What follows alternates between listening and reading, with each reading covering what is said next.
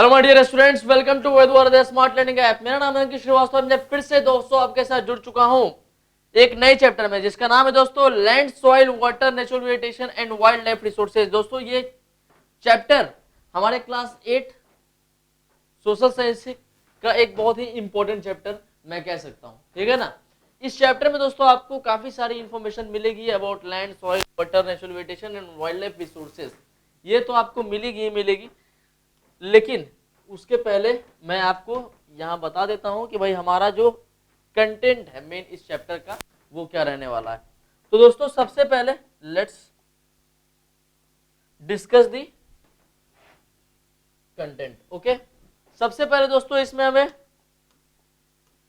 समझना है about land. Land क्या है? लैंड यूज, लैंड तो बच्चों वाली बात है, लेकिन इसके बाद आपको लैंड यूज में मैं आपको काफी सारी बातें बताऊंगा, है ना। उसके बाद कंजर्वेशन ऑफ लैंड रिसोर्स समझेंगे, लेकिन उससे पहले भी आपको मैं बताऊंगा कि आखिरकार लैंड का डिग्रेडेशन कैसे हो रहा है, इसका मेन कॉज क्या है और कॉजेज क्या है, ठीक है ना। काफी सारे कारण है।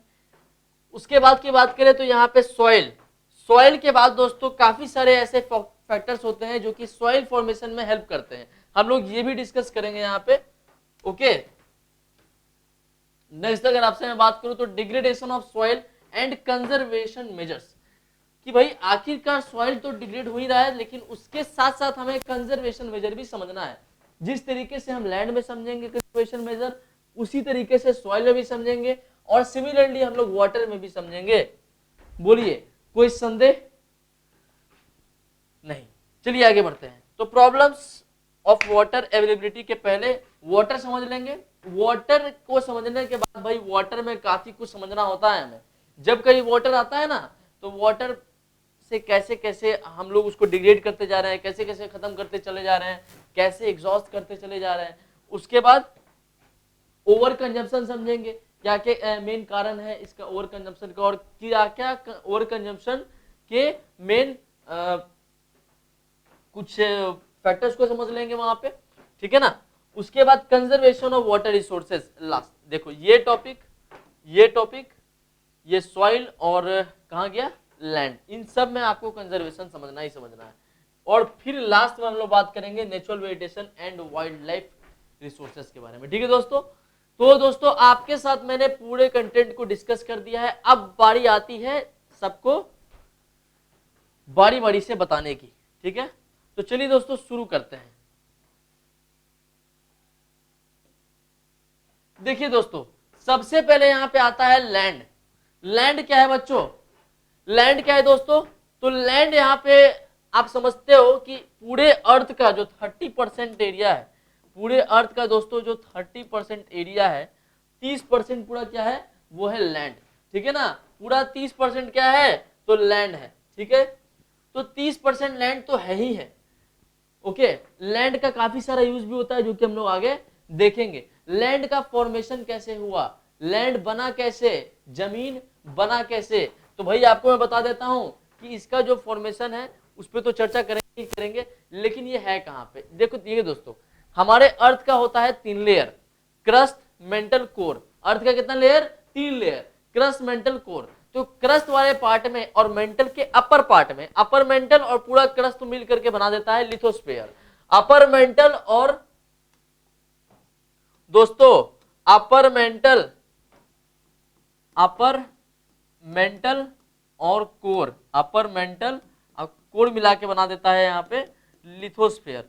और पूरा का पूरा लिथोस्फीयर तो भैया लैंड ही है, लैंड ही है, ठीक है ना। मान लिया जाए कि ये हो गया आपका क्रस्ट यहां से लेके यहां तक, और फिर आ जाता है मेंटल, और उसमें ये हो गया अपर मेंटल। ओके, ये पूरा क्रस्ट और ये पूरा upper mantle.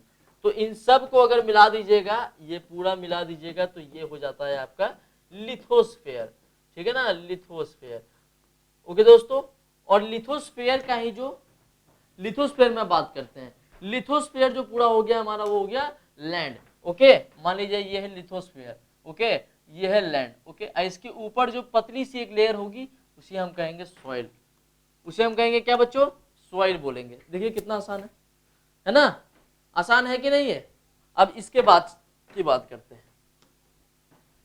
Distribution of land यानी कि लैंड को काफी तरह से उसको डिस्ट्रीब्यूट किया गया है, उसको काफी सारे रोल दिए गए लैंड को, ठीक है ना। जैसे कि आप उसमें एग्रीकल्चर भी कर सकते हो, मतलब कि आप उसमें खेती कर सकते हो कि नहीं कर सकते हो, आप उसमें खेती कर सकते हो कि नहीं कर सकते हो, कर सकते हो कि नहीं कर सकते हो। ओके दोस्तों, आप उसमें खेती भी कर सकते हो, खेती कर सकते हो। तो कुछ हिस्सा दिया गया है फार्मिंग को, है ना, कुछ हिस्सा दिया गया है फार्मिंग को। आप उसमें इंडस्ट्रीज लगाते हो, है ना, लैंड पे आप क्या करते हो, इंडस्ट्रीज लगाते हो, लैंड पे क्या करते हो, इंडस्ट्रीज लगाते हो। उसके बाद पावर ग्रिड वगैरह भी लगता है लैंड पे, है ना। बोलिए कोई दिक्कत। तो भाई और भी बहुत सारे यूज होते हैं लैंड के, ठीक है ना, बहुत सारे यूज होते हैं लैंड के। ओके, इन यूजेस को, मतलब जो इनका डिस्ट्रीब्यूशन है, इसको मैंने ऐप पे काफी ज्यादा प्रोलॉन्ग्ड वे में डिस्कस किया है, तो अगर आपको उसको समझना है तो आप वहां से भी जाके समझ सकते हैं। चलिए नेक्स्ट टॉपिक हमारा आता है use of land. Use of land, देखिए डिस्ट्रीब्यूशन अलग चीज है, यूज अलग चीज है, ठीक है ना। डिस्ट्रीब्यूशन अलग चीज है और यूज अलग चीज है। जो डिस्ट्रीब्यूशन होता है, एक केक कटा तो 4 लोगों में बटा, लेकिन केक का यूज क्या है, खाने में यूज होता है उसका, बर्थडे पार्टी में उसको काटते हैं, है ना। तो ये सब हो गया उसका यूज। तो यूज ऑफ लैंड और डिस्ट्रीब्यूशन ऑफ लैंड अलग अलग चीजें हैं, आपको समझते हुए चलना है। ओके, तो यूज ऑफ लैंड में आप देखते हैं भाई, यूज ऑफ लैंड में अब हम लोग देखेंगे, यहाँ पे पिक्चर से ही आपको क्लियर हो जाएगा, पिक्चर से ही आपको क्लियर हो जाएगा। तो देखिए दोस्तों, सबसे पहला यूज आता है इसमें खेती में। मैंने अभी आपको बताया डिस्ट्रीब्यूशन ऑफ लैंड जो किया था। ओके, पहला खेती में, है ना, खेती में। फिर रोड्स वगैरह बनाने होते हैं तो लैंड का यूज वहां भी है। ओके, अगर नेक्स्ट बात करें हम लोग, तो एग्रीकल्चर तो आपने देख ही लिया, एग्रीकल्चर आपने देख ही लिया। अब इसके बाद की अगर बात की जाए तो भाई जो घर मकान बनते हैं, ठीक है ना, बड़ी बड़ी बिल्डिंग्स बनती हैं, तो वहां वो कहाँ बनती है, लैंड पे ही बनती है, तो एक यूज ये भी हो गया। उसके बाद की अगर बात करें तो जो फ्लाईओवर्स वगैरह बन रहे हैं, ऊंची ऊंची बिल्डिंग्स बन रही है, ठीक है ना, तो ये सब कहाँ, लैंड पे ही। ओके, इसके बाद बात करेंगे कम्युनिटी लैंड। कम्युनिटी लैंड आप लोगों को पता है क्या होता है, जैसे कि आप सभी ने क्या किया है, कम्युनिटी लैंड में आपको समझाने जा रहा हूं, आप समझिएगा। जैसे कि एक खाली प्लॉट था, ओके, जैसे कि दोस्तों एक खाली प्लॉट था,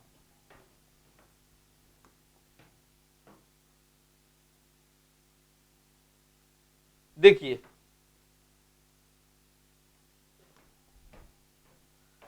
क्या है दोस्तों, एक खाली प्लॉट है, खाली प्लॉट पहले यहां बना दो, ठीक है ना। अब उसको क्या किया गया है, मान लो कि ये 50/30 का प्लॉट है, 50/30 का, यानी कि इधर से ले लो तो 50 मीटर, इधर से ले लो 30 मीटर, तो ये क्या है, ये भी 30 और ये 50। ओके, रेक्टेंगल शेप का है। ओके ना, फिर यहां से क्या किया गया है, 10 मीटर मान लो किसी ने लिए लिया इधर से, और इधर से ले लिया किसी ने 20। ओके, कोई दिक्कत। अब बीच से फिर एक रास्ता निकला। ओके, फिर यहां से ये टोटल 30 है ना, तो यहां से मान लो 10 ले लिया किसी ने, इसने मान लो 10 ही लिया ऊपर, इसने ऊपर 10 ही लिया है, ठीक है, और इसने नीचे से ले लिया ये वाला जो इसका विड्थ आएगा, विड्थ कितना है, 10 है, ये भी 10, ठीक है ना। मतलब सब में से स्क्वायर काटा गया, स्क्वायर काटा गया, स्क्वायर काटा गया। अब अगर रास्ता इन लोग को अलग से मिल जाता है, अब अगर रास्ता इन लोग को अलग से मिल जाता है, तो बाकी जो बीच में कॉमन एरिया आता है ना, बाकी दोस्तों जो बीच में हमारा, जो बीच में ये कॉमन एरिया आया, इसी को हम कहेंगे कम्युनिटी लैंड। इसे हम क्या बोलेंगे, कम्युनिटी लैंड बोलेंगे, ठीक है। मतलब कि सबने छोड़ा और इक्वल इक्वल छोड़ा, तो वहां पे जो शेयर बनेगा, जो वहां पे शेयर होगा वो सबका होगा, उसे ही हम कहेंगे कम्युनिटी लैंड। ये बहुत ही आसान है, इस पिक्चर में भी आप समझ सकते हो। इसके बाद की बात करते हैं, इसके बाद की बात करेंगे अब।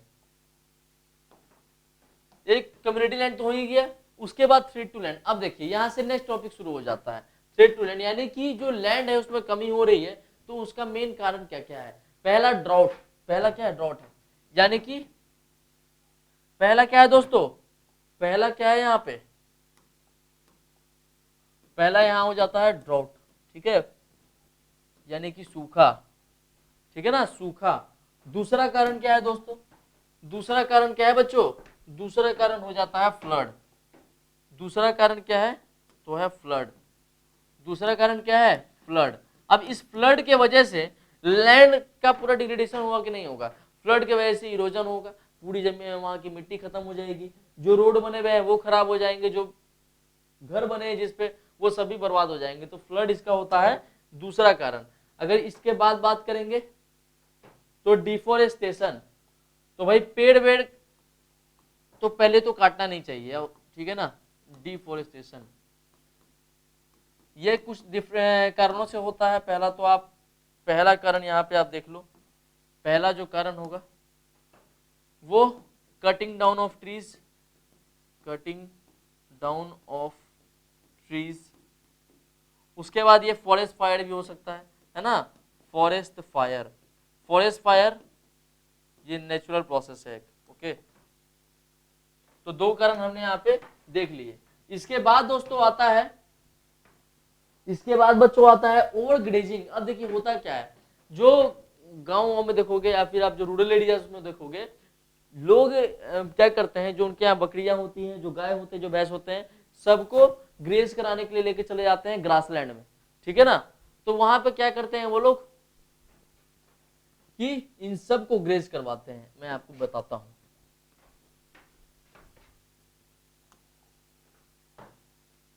देखो ओवर ग्रेजिंग समझिए आप लोग। ओवर ग्रेजिंग जैसे कि मान लिया जाए ये क्या है, एक लैंड का टुकड़ा है, पहले जो इसमें ग्रेजिंग होती थी उसमें क्या होते थे, 100 लोग एनिमल्स आते थे और यहाँ पे चढ़ के चले जाते थे, 100 एनिमल्स आते थे और चढ़ के चले जाते थे। तो और ये जो एरिया है, पूरा लैंड का एरिया है, वो 10 हेक्टेयर्स का है, 10 हेक्टेयर्स का है, ठीक है ना, 10 हेक्टेयर्स का है। पहले तो 100 लोग, 100 जानवर आते थे और इसको चढ़ के चले जाते थे, और धीरे धीरे घास उगती भी थी, बढ़ती भी थी। लेकिन अब क्या हुआ, 100 के जगह आने लगे यहाँ पे 150 जानवर, 100 के जगह यहाँ पे 150 जानवर आने लगे। अब बताइए मुझे, 100 के जगह जब 150 जानवर आने लगेंगे तो क्या हाल होगा इस जगह का।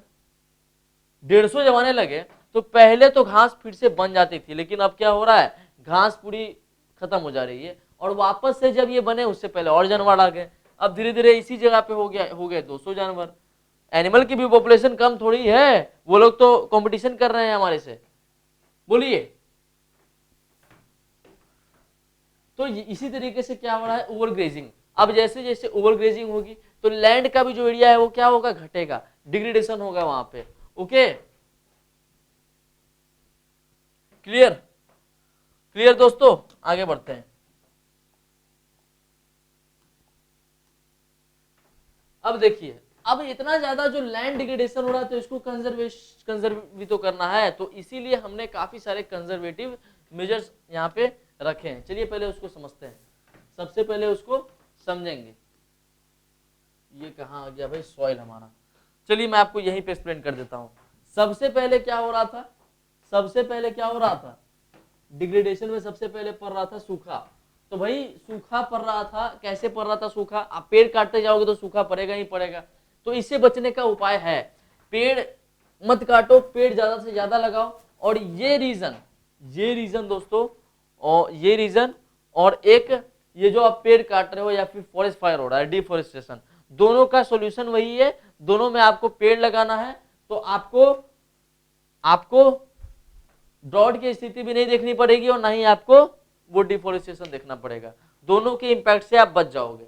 दूसरा जो है यहाँ पे फ्लड, तो फ्लड के काफी सारे उपाय होते हैं। फ्लड आता कैसे है, नदियों का पानी आ जाता है टाउन में, तो एक प्रॉपर प्लानिंग कीजिए, जो नदी सिल्ट लेके आती है उसको हटाने का काम कीजिए, तो फ्लड की भी स्थिति कम हो सकती है, ठीक है ना। अब ऐसा नहीं कि 10 दिन तक पानी होते ही रह गया तो आप उसमें उपाय लगा लोगे, नहीं, आप उसमें नहीं लगा सकते, तो फिर ये सब कुछ नेचुरल कॉज हो जाते हैं फिर। इसके बाद ओवरग्रेजिंग, ठीक है ना, ओवरग्रेजिंग से बचने का उपाय होना चाहिए, ठीक है ना। तो ये एक और रीजन हो जाएगा यहाँ पे। तो भाई कंजर्वेशन ऑफ लैंड रिसोर्स तो आप अपने हाथ में है, आप किसी भी रिसोर्स का कंजर्वेशन कर सकते हो। It's all up to you कि how you use them. Okay, next दोस्तों हमारा टॉपिक आता है सॉइल। सॉइल बनता कैसे? ये फैक्टर्स अफेक्ट सॉइल फॉर्मेशन, ये जो है दोस्तों फैक्टर्स अफेक्ट सॉइल इरोजन नहीं, सॉइल फॉर्मेशन होगा यहाँ पे, आप लोग इसको सुधार लीजिएगा।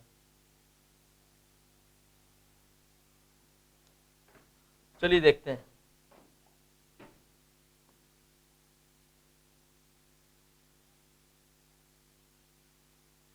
क्या है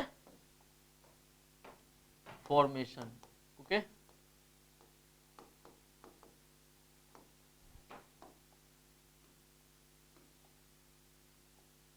देखिए काफी सारे दोस्तों फैक्टर्स होते हैं जो कि सॉइल के फॉर्मेशन में हेल्प करते हैं, जैसे कि पेरेंट रॉक। पेरेंट रॉक आप सभी को पता होना चाहिए, जैसे कि ठीक है ना,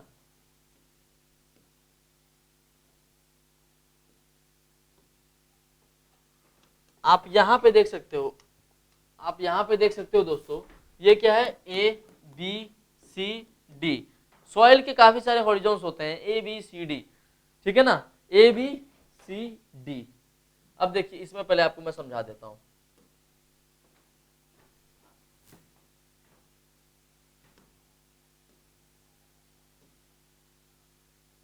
देखिए दोस्तों, यहां से आप समझना शुरू कीजिएगा, यहां से आप समझना शुरू कीजिएगा। सबसे पहले डी हॉरिजॉन, जो बड़े बड़े रॉक्स होते हैं, जो बड़े बड़े रॉक्स होते हैं, आप सभी को पता है कि वेदरिंग के कारण वो बड़े बड़े रॉक्स क्या होते हैं, टूटने लगते हैं और फिर वो टूट के बह जाते हैं इरोजन के कारण। फिर सी में आते हैं, सी हॉरिजॉन, बड़े रॉक से, बड़े चट्टान से फिर छोटा रॉक बनता है, फिर उसमें भी वेदरिंग होगी, फिर वो भी टूटेंगे और फिर उससे बनेगा क्या, उससे क्या बनेगा, उससे बनेगा आपका छोटा वाला रॉक, छोटा पत्थर, फिर उसकी भी वेदरिंग होगी और देन उसका भी इरोजन होगा, तो फिर वो जो रॉक बना वो धीरे धीरे सॉइल में कन्वर्ट होते चला जाएगा। सॉइल क्या है, वो रॉक का ही बहुत ही छोटा प्रारूप है, ठीक है ना, क्लियर है? तो देखिए यहां पे देखिए, आप सभी को समझ में आ गया? तो ये डी में बड़े बड़े रॉक्स हैं, डी में क्या है, डी में बड़े बड़े रॉक्स हैं, तो ये बड़े बड़े रॉक्स जो हैं इनके लिए, इनसे ऊपर तो कोई है ही नहीं, तो इनका तो कोई पेरेंट रॉक होगा ही नहीं। लेकिन जो सी है, सी किससे बना है, सी किससे बना है, पहले मैं आपको बता देता हूं कि जैसे जैसे आप नीचे जाइएगा रॉक का जो साइज है, रॉक का जो साइज है वो इंक्रीज करेगा, ठीक है। तो डी सबसे बड़ा रॉक हो गया, फिर सी जो है, सी जो है वो डी का मान लो डी से छोटा ही होगा ना, तो इसी तरीके से जो सी का पेरेंट रॉक होगा वो कौन होगा, डी होगा। तो बी का पेरेंट रॉक कौन होगा, सी होगा, और ए का पेरेंट रॉक कौन होगा, बी होगा। इसमें समझना कुछ है ही नहीं, बहुत ही आसान है। ओके, इसके बाद की बात करते हैं। तो पहला जो फैक्टर है जिसपे सॉइल का फॉर्मेशन डिपेंड करता है वो हो गया पेरेंट रॉक। क्या हो गया, पेरेंट रॉक हो गया। ये क्या करेगा, इसका कलर डिटरमाइन करेगा, texture, chemical properties, mineral content और परमिएबिलिटी, सब कुछ यही डिटरमाइन करेगा। नेक्स्ट जो हमारे पास इसका फैक्टर होता है जिसपे डिपेंड करता है फॉर्मेशन सॉइल का, वो होगा क्लाइमेट। पेरेंट रॉक वाला आप लोग को समझ में आया ना, पेरेंट रॉक जैसा होगा उसका बेटा मान लो भी वैसा, वो भी वैसा ही होगा। दूसरा होता है क्लाइमेट। अब किस तरह का क्लाइमेट है, वहां पे टेम्परेचर कैसा है, रेनफॉल कैसा है, उसके बाद ह्यूमस फॉर्मेशन क्या है, रेट ऑफ वेदरिंग क्या है, टूट जो रहा है वो किस रेट से टूट रहा है, सब कुछ उस पर डिपेंड करेगा। तो दूसरा हो गया क्लाइमेट। तीसरा हो गया रिलीफ, एल्टीट्यूड। इसके समझने से पहले आप समझिए फ्लोरा, फौना और माइक्रो ऑर्गेनिज्म।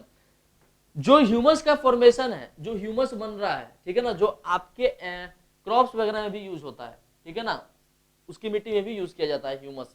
तो ये जो बन रहा है ये किस पे डिपेंड कर रहा है, ये किस पे डिपेंड कर रहा है, फ्लोरा, फौना और माइक्रो ऑर्गेनिज्म के टाइप पे, किस टाइप का फ्लोरा, फौना, माइक्रो ऑर्गेनिज्म है, तो उसी के वजह से ह्यूमस का ओरिएंटेशन प्रभावित होगा, इफेक्टेड होगा। फिर टाइम। अब टाइम का क्या रोल है, जो सॉइल का थिकनेस है वो किस पे डिपेंड करता है, टाइम पे। जितना ज्यादा टाइम, थिकनेस उतना ही ज्यादा, यानी कि जितना ज्यादा समय तक रहेगा सॉइल उतना ज्यादा थिक होगा। लेकिन अगर वो इरोड हो गया, उसका इरोजन हो गया, तो फिर तो बह गया सॉइल, तो फिर वो थिक होगा कहां से, सॉइल का थिकनेस भी तो इंपॉर्टेंट है ना। और फिर आते हैं लास्ट में रिलीफ। जो हम लोग स्लोप यानी कि माउंटेन वगैरह पे जो सॉइल देखते हैं, माउंटेन वगैरह पे जो सॉइल देखते हैं दोस्तों, उसका फॉर्मेशन डिपेंड करता है तो रिलीफ पे, ठीक है। सब आपको यहाँ पे समझा दिया गया है। ओके, इसके बाद नेक्स्ट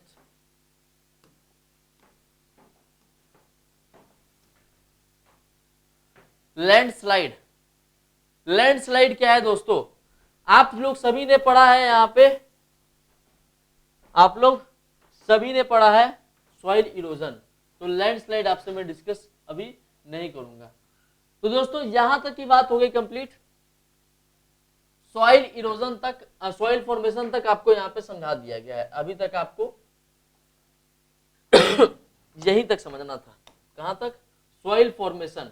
अब इसके बाद की बात करेंगे हम लोग नेक्स्ट क्लास में। तब तक के लिए आप लोगों से मैं विदा लेता हूं और फिर मिलता हूं मैं आपसे नेक्स्ट टॉपिक के साथ, इसी एनर्जी के साथ। ठीक है दोस्तों, तो फिर मिलते हैं हम लोग नेक्स्ट क्लास में। Thank you so much.